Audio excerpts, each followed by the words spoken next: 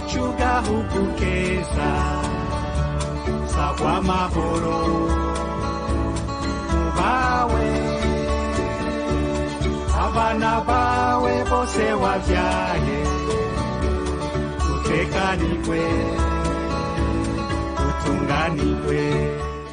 Iryo ni ishami ry'ibitaro vyitiriwe Tanganyika vyuguruwe cese kuri uyu wa gatatu igenekerezo rya ndwi Ruhuhuma umwaka wa 2024 na muganga Jean Abayo aserukira imbere y'amategeko ivyo bitaro.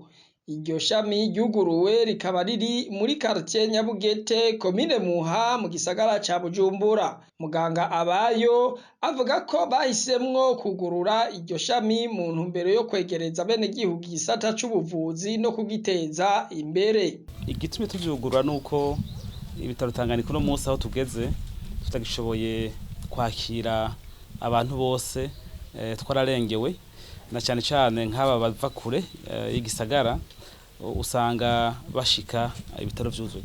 Rero twavuze duti hako tuguma turi mu gisagara gusa reka dusohoke gatonya tuze aho dushobora kuba hafi y'abenegihugu.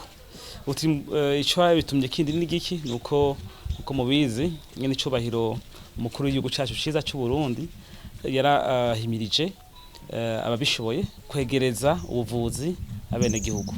Ngiyo intumbero rero yatumye tubikora kuko twebwe inzego za leta zivuga rimwe tukumva gatatu. Agasaba mitiwere gufasha abenegihugu hamwe n'abakozi ba leta kugira ngo bibarukire muri ivyo bitaro biteye igomwe ku buntu canke bakoreshe ikarata ya mitiwere. Ibitaro biri ngaha ntaho bizoba bitandukaniye n'ibitaro Tanganyika. Nk'uko mubizi dufite amaserivisi yose no ngaha rero tuzohashira amaserivisi hafi yose, cyane cyane tuzoshimikira ku bisata vyerekeranye n'abana hamwe no kwibaruka.